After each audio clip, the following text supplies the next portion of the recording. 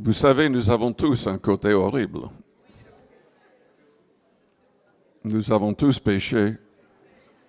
Nous avons tous désobéi à Dieu dans notre vie. Mais lisons ce passage.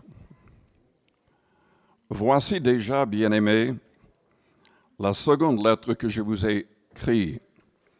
Dans l'une et dans l'autre, je cherche à éveiller par des avertissements votre saine intelligence, afin que vous vous souveniez des choses annoncées d'avance par les saints prophètes et du commandement du Seigneur et Sauveur enseigné par vos apôtres.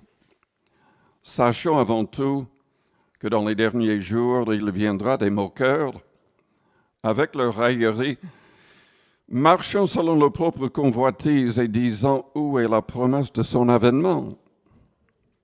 Car depuis que les pères sont morts, tout demeure comme dès le commencement de la création.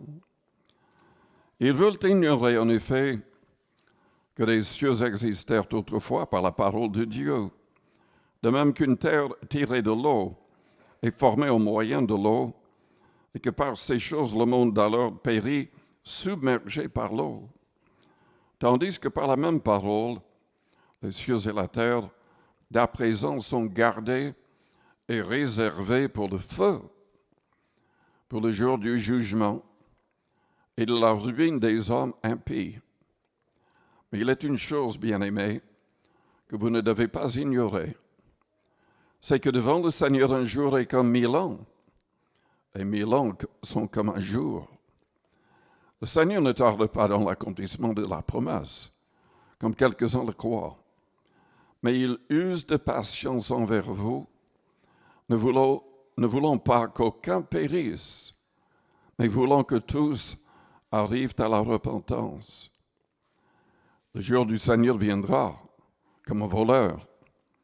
En ce jour, les cieux passeront avec fracas, les éléments embrasés se dissoudront, et la terre, avec les œuvres qu'elle renferme, sera consumée. Puisque donc toutes ces choses doivent se dissoudre, qu'elles ne doivent pas être la sainteté de votre conduite et votre piété, tandis que vous attendez et hâtez l'avènement du jour de Dieu, à cause duquel les cieux enflammés se dissoudront et les éléments embrasés se fondront. Mais nous attendons, selon sa promesse, de nouveaux cieux et une nouvelle terre, où la justice habitera. C'est pourquoi, bien-aimés, en attendant ces choses, appliquez-vous à être trouvés par lui sans tache et irrépréhensibles dans la paix. Croyez que la patience de notre Seigneur est votre salut, que notre bien-aimé frère Paul vous l'a aussi écrit selon la sagesse qui lui a été donnée. C'est ce qu'il fait dans toutes les lettres où il parle de ces choses, dans lesquelles il y a des points difficiles à comprendre, dont les personnes ignorantes et mal affermies tordent le sens, comme celui des autres Écritures, pour leur propre ruine. Vous donc, bien-aimés, qui êtes avertis, mettez-vous sur vos gardes, de peur qu'entraînés par l'égarement des impies, vous ne veniez à déchoir de votre fermeté, mais croissez dans la grâce et dans la connaissance de notre Seigneur et Sauveur Jésus-Christ. À lui soit la gloire, maintenant et pour l'éternité. Amen. C'est surtout le verset 9 que je voudrais souligner. Dieu use de patience envers vous, ne voulant pas qu'aucun périsse, mais voulant que tous arrivent à la repentance. Prions le Seigneur. Père céleste, nous te louons, nous te bénissons pour ta parole qui a été protégée, préservée à travers les âges. Pour toi, un jour est comme 1000 ans et 1000 ans comme un jour. Mais nous croyons, Seigneur, que tu vas revenir bientôt, car les signes sont là. Aide-nous à être toujours sur nos gardes. Aide-nous à marcher selon l'Esprit, selon tes commandements. Et sers-toi de nous pour toucher le plus de personnes possible dans ce monde avec le message de l'Évangile. Nous te remercions. Manifeste-toi à toute personne qui n'est pas en règle. Sauve, délivre. Et cet après-midi, guéris les malades. Et nous prions pour les malades qui ne pouvaient pas être là. Tu peux les toucher à distance. Nous prions pour Hervé, nous prions pour le pasteur Pasquale et pour toutes les personnes qui ont été empêchées de venir accomplir de grands miracles. Père, au nom de Jésus-Christ. Amen. Vous pouvez vous asseoir.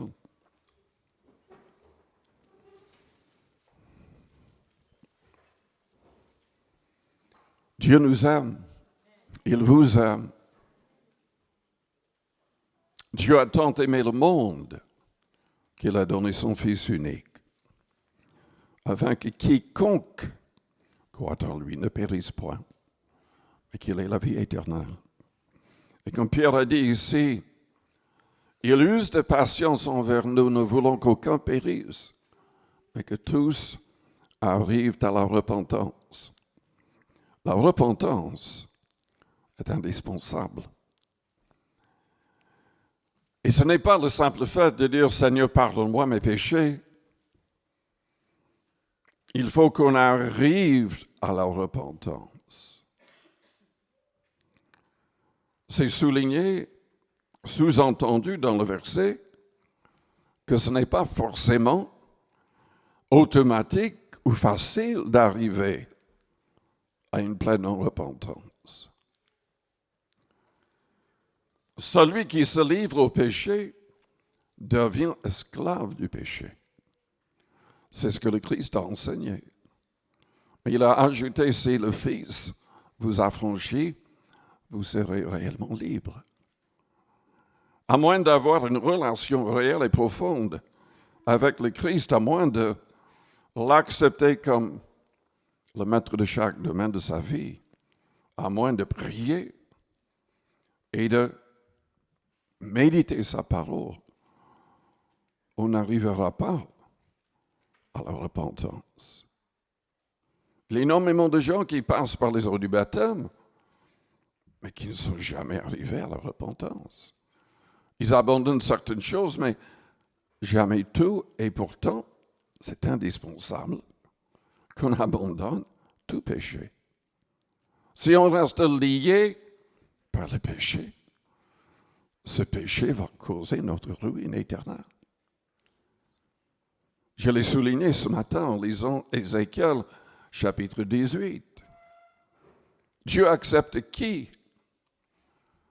Celui qui abandonne tout péché, toute transgression, et qui met en pratique toute sa loi, ses commandements. Dieu nous aime, mais Dieu ne peut pas tout faire. Souvent les gens disent, mais Dieu, il est tout puissant, il peut tout faire. C'est faux. Selon la Bible, il y a des choses que Dieu ne peut pas faire. Il ne peut jamais faire. Premièrement, il ne peut jamais sauver quelqu'un qui ne croit pas en son Fils. Jésus-Christ a dit, je suis le chemin, la vérité, la vie. Nul ne vient au Père que par moi. Dans Actes chapitre 4, Pierre prêchait au verset 8. Nous lisons alors Pierre, rempli du Saint-Esprit, leur dit, chef du peuple et anciens d'Israël, puisque nous sommes interrogés aujourd'hui sur un bienfait accordé à un homme malade, afin que nous disions comment il a été guéri, sachez-le tous, et que tout le peuple d'Israël le sache, c'est par le nom de Jésus-Christ de Nazareth que vous avez crucifié et que Dieu a ressuscité des morts. C'est par lui que cet homme se présente en pleine santé devant vous. Jésus est la pierre rejetée par vous qui bâtissez et qui est devenue le principal de l'angle. Il n'y a de salut en aucun autre, car il n'y a sous le ciel aucun autre nom qui ait été donné parmi les hommes par lequel nous devions être sauvés.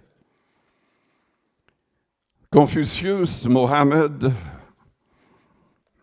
il n'y a personne dans aucune religion qui peut nous sauver, à part Jésus-Christ. Il n'y a aucun autre nom valable pour sauver l'humanité. Il n'y a que le Christ, qui est le Fils de Dieu et qui a créé toutes choses, qui s'est dépouillé pour devenir un homme.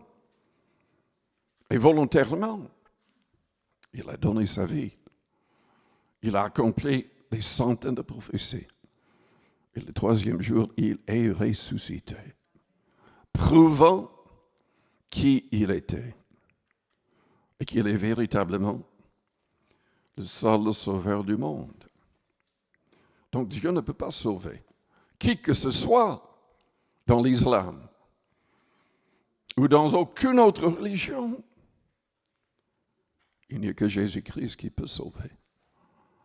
Selon Hébreux 7 au verset 25, lui, il sauve de manière parfaite tous ceux qui s'approchent de Dieu par lui, étant vivants pour intercéder en leur faveur. Mais il y a quelque chose d'autre que Dieu ne peut pas faire.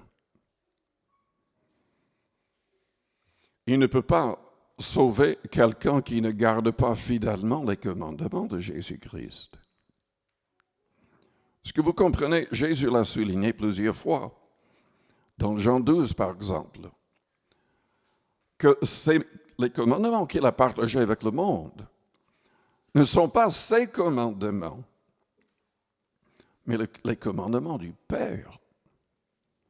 Il a communiqué de nouveaux commandements du Père. Maintenant, il y a des gens qui ne comprennent pas pourquoi Dieu a apparemment changé.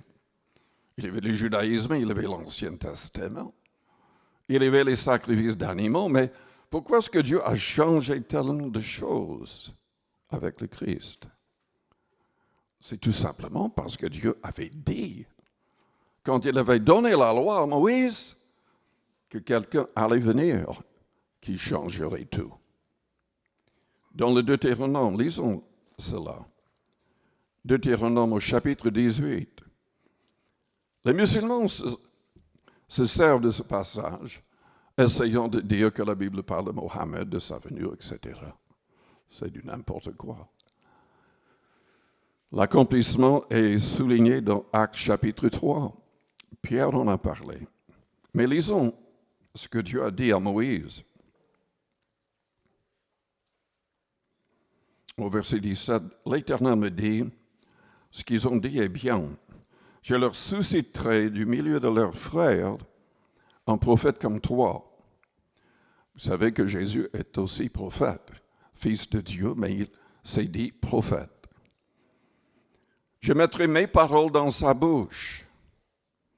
Dieu mettrait ses paroles dans la bouche du prophète, et qui est aussi son fils. Il leur dira tout ce que je lui commanderai. Et si quelqu'un n'écoute pas mes paroles, qu'il dira en mon nom, c'est moi qui lui en demanderai compte. Dans le Nouveau Testament, dans Acte 3, Pierre prêchait au peuple.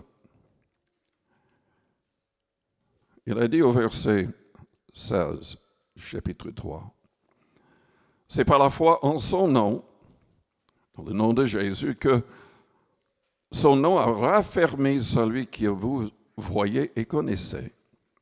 C'est la foi en lui qui a donné à cet homme cette entière guérison en présence de vous tous. Et maintenant, frères, je sais que vous avez agi par ignorance ainsi que vos chefs, Mais Dieu a accompli de la sorte ce qu'il avait annoncé d'avance par la bouche de tous ses prophètes, que son Christ devait souffrir. Repentez-vous donc et convertissez-vous pour que vos péchés soient effacés, afin que des temps de rafraîchissement viennent de la part du Seigneur et qu'il envoie celui qui vous a été destiné, Jésus-Christ, que le ciel doit recevoir jusqu'au temps du rétablissement de toutes choses, dont Dieu a parlé anciennement par la bouche de ses saints prophètes. Moïse a dit, « Le Seigneur votre Dieu vous suscitera d'entre vos frères un prophète comme moi. » Déjà, par rapport à Mohammed, Mohammed n'a jamais été au milieu des frères juifs. Certainement pas à l'époque de la venue de Jésus-Christ. Mohammed n'est même pas né. Il est né 600 ans après. Donc, ce que les musulmans disent, c'est du n'importe quoi. Le Seigneur de votre Dieu vous suscitera d'entre vos frères un prophète comme moi. Vous l'écouterez dans tout ce qu'il vous dira, et quiconque n'écoutera pas ce prophète sera exterminé du milieu du peuple.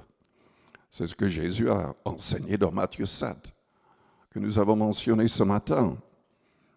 Si on ne garde pas les commandements du Christ fidèlement, pleinement, qu'est-ce qui arrivera? Même si on a prophétisé, même si on a chassé des démons en son nom, même si nous avons accompli beaucoup de miracles en son nom, nous serons rejetés, envoyés en enfer. Tous les prophètes ont successivement parlé depuis Samuel, ont aussi annoncé ces jours-là. Vous êtes les fils des prophètes et de l'alliance que Dieu a traitée avec nos pères, en disant à Abraham, toutes les familles de la terre seront bénies en ta postérité. C'est à vous, premièrement, que Dieu, ayant suscité son serviteur, l'a envoyé pour vous bénir, en détournant chacun de vous de ses iniquités. Jean a souligné la même chose. Celui qui pêche est du diable. Jésus est venu détruire les œuvres du diable. Jésus libère du pouvoir du péché. Si vous êtes encore liés par le mal, mais cherchez la face du Seigneur. Invoquez son nom. Priez, jeûnez. Faites tout pour qu'il vous libère. Lui seul peut vous libérer pleinement. Lui seul peut vous aider à arriver à une pleine repentance. Je ne peux pas vous aider. Je peux prier, mais c'est le Seigneur qui libère. C'est le Seigneur qui guérit. C'est le Seigneur qui baptise du Saint-Esprit. Et nous devons vouloir qu'il libère. Mais Dieu ne peut pas sauver quelqu'un qui ne garde pas fidèlement ses commandements. Dieu ne peut pas sauver celui qui n'abandonne pas le péché.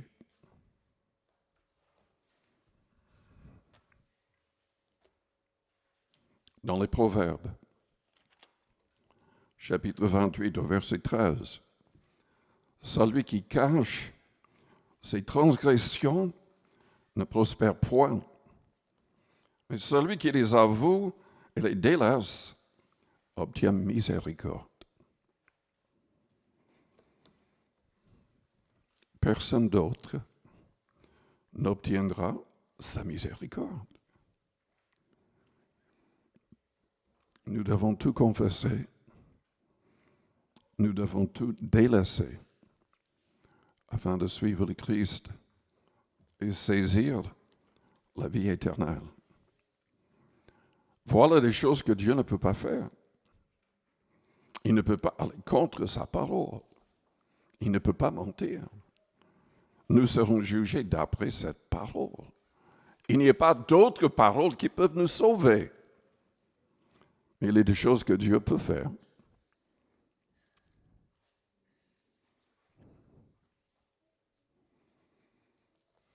Jésus a dit, dans Jean 8, verset 30, « Si vous demeurez dans ma parole, vous êtes vraiment mes disciples. Vous connaîtrez la vérité, et la vérité vous affranchira, ou vous libérera. » Est-ce que vous lisez sa parole chaque jour? Combien lisent la parole chaque jour?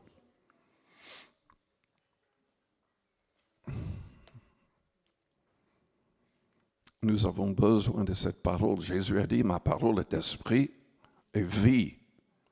Cette parole libère. Et je suis en train de parler surtout du Nouveau Testament, où se trouvent les commandements que le Christ a partagés pour les derniers temps.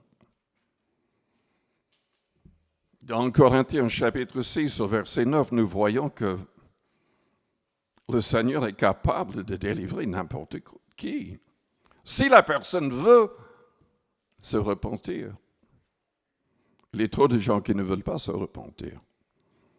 La Bible condamne de manière très très claire l'adultère, la fornication, et condamne l'homosexualité. Il y a des gens qui ne veulent pas se repentir. Ils s'aveuglent eux-mêmes. Au lieu de lire ce qui est clair dans la Bible, ils forment même des églises, entre guillemets, soi-disant chrétiens, avec des pasteurs homosexuels ou lesbiens. Je viens de voir une église, soi-disant église baptiste, se disant baptiste, qui vient de nommer 2 pasteurs à Washington, de lesbiennes, mariées entre elles. Très, très loin de ce que la Bible enseigne. La Bible dit, « Ne savez-vous pas que les injustes n'hériteront point le royaume de Dieu? Ne vous y trompez pas, ni les impudiques. » C'est un mot qui se réfère à toutes les formes de sexualité avant le mariage. Ni les idolâtres, ni les adultères, donc ceux qui couchent avec d'autres en étant mariés, ni les efféminés, ni les homosexuels. Dans certaines Bibles, c'est marqué infâme, et vous n'avez qu'à lire Romains chapitre 1er pour constater que le mot infâme se réfère à l'homosexualité et au lesbianisme. Ni les voleurs, ni les cupides, ceux qui se donnent à l'argent, ni les ivrognes, ni les outrageux, ni les ravisseurs n'hériteront le royaume de Dieu. Ce qui est magnifique, c'est le verset 11. Il y avait plein de gens qui avaient été liés par de telles choses dans l'Église primitive. C'est là ce que vous étiez. C'est là ce que vous étiez, quelques-uns de vous. Mais vous avez été lavés, mais vous avez été sanctifiés, mais vous avez été justifiés au nom du Seigneur Jésus-Christ et par l'Esprit de notre Dieu.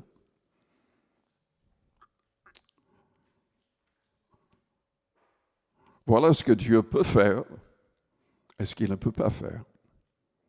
Il ne peut pas sauver les gens qui restent dans ces péchés-là. Il ne peut pas les sauver. Il n'y a que les gens qui veulent se repentir pleinement, délaissant ces choses qui peuvent être sauvées. Dieu ne peut pas sauver d'autres personnes.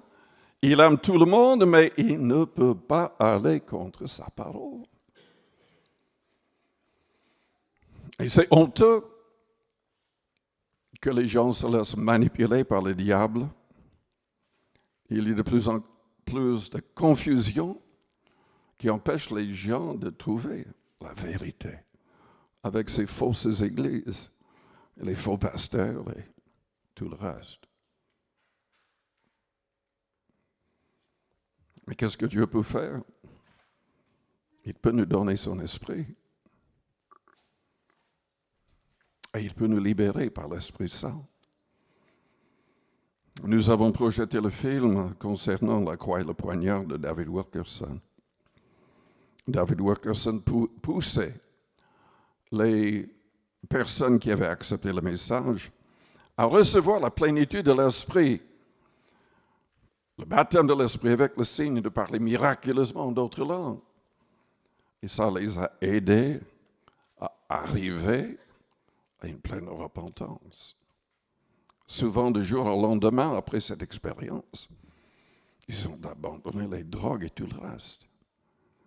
Et c'était facile. Parce que Dieu, c'est un Dieu de miracles. Le vrai Dieu est un Dieu de miracles.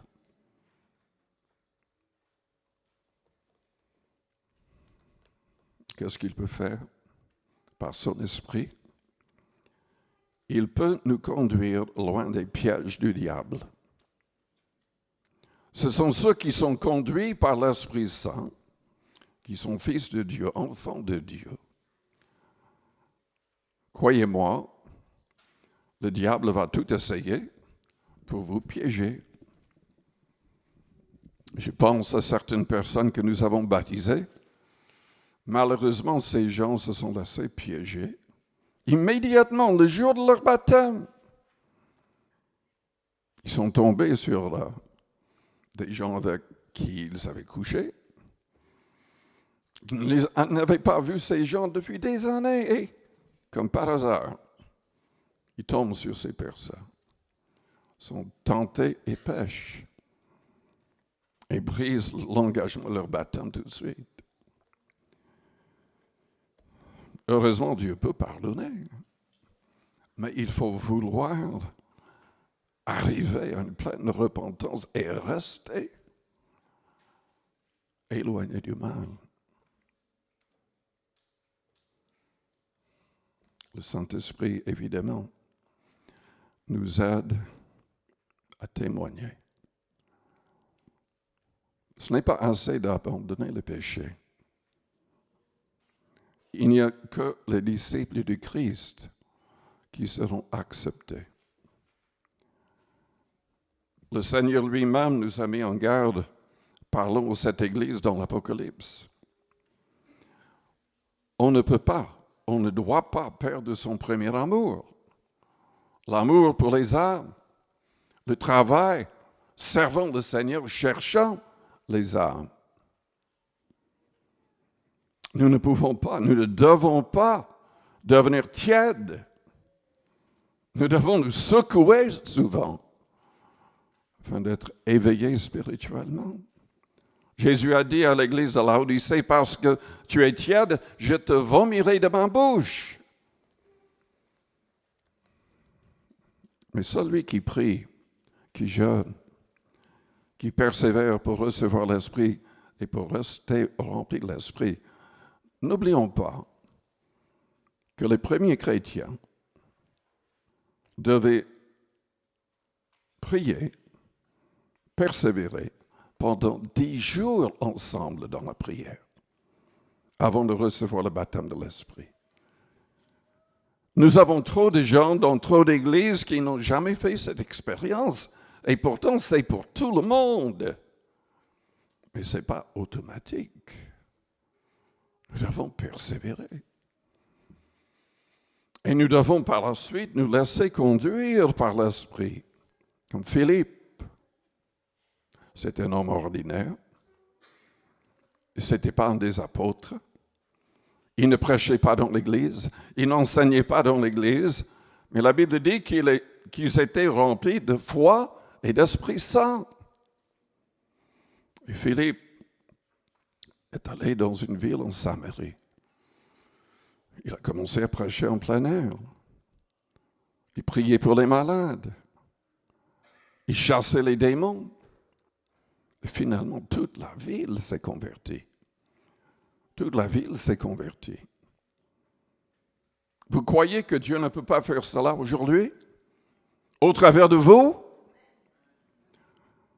Peut-être que vous n'étiez pas là, mais j'ai raconté l'histoire d'un pasteur m'a téléphoné du Caroline du Nord en disant qu'il avait envoyé ses jeunes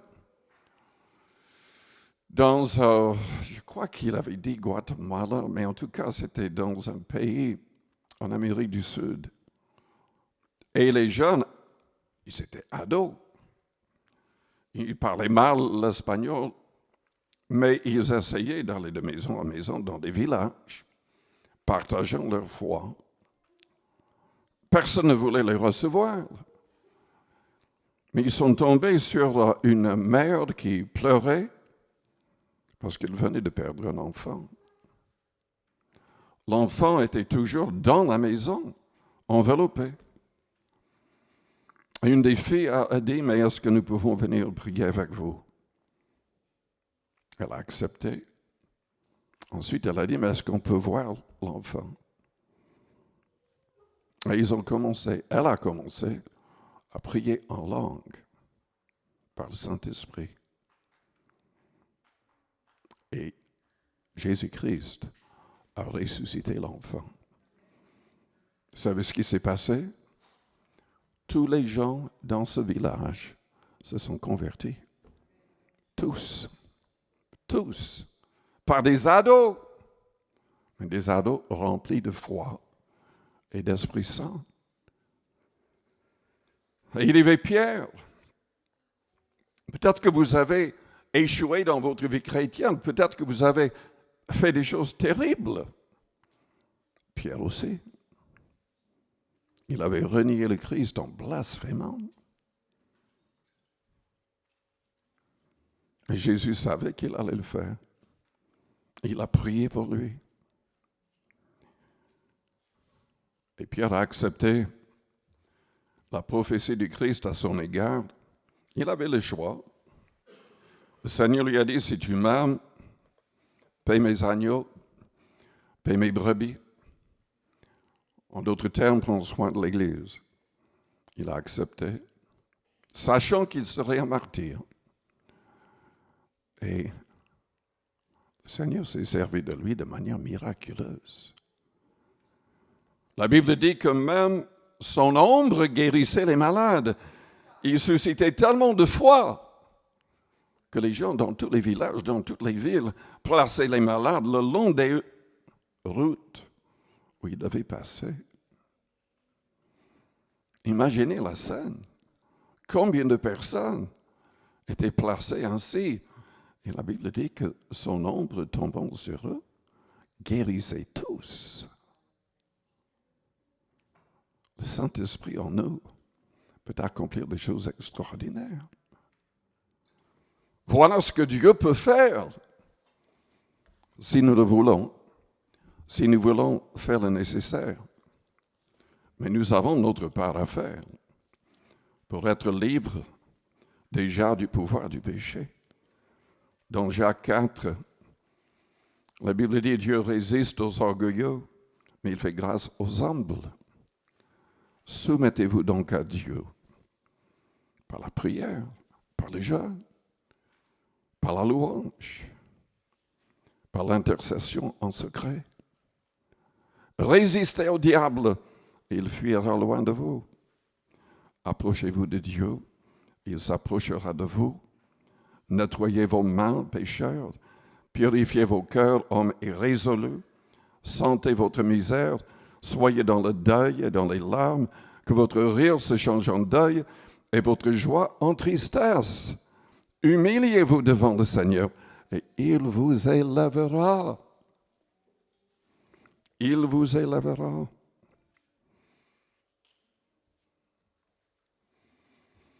Est-ce que vous voulez être élevé? Est-ce que vous voulez être utilisé? Est-ce que vous voulez être libre de tout péché? Dieu peut accomplir cela si vous êtes prêt à faire votre part. Je vous invite à fermer vos yeux, à courber vos fronts. Avec les yeux fermés, les fronts courbés. Je vous demande, avez-vous besoin de prière?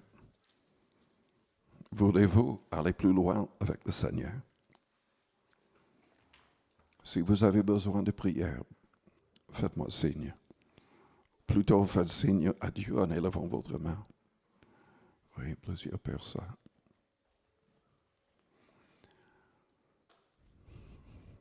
Je vous invite à répéter une prière après moi. Priez avec votre cœur. Père, j'ai besoin de toi. Je reconnais que je suis pécheur. J'ai besoin de ta délivrance. Que tu changes mon cœur. Que tu changes ma manière de penser et de parler. Ma manière d'agir et de réagir. J'ai besoin de ton esprit en moi. De ton amour en moi. Père, je crois en Jésus-Christ. Il est le seul sauveur. Il est mort volontairement pour mes péchés. Et tu l'as ressuscité le 3e jour.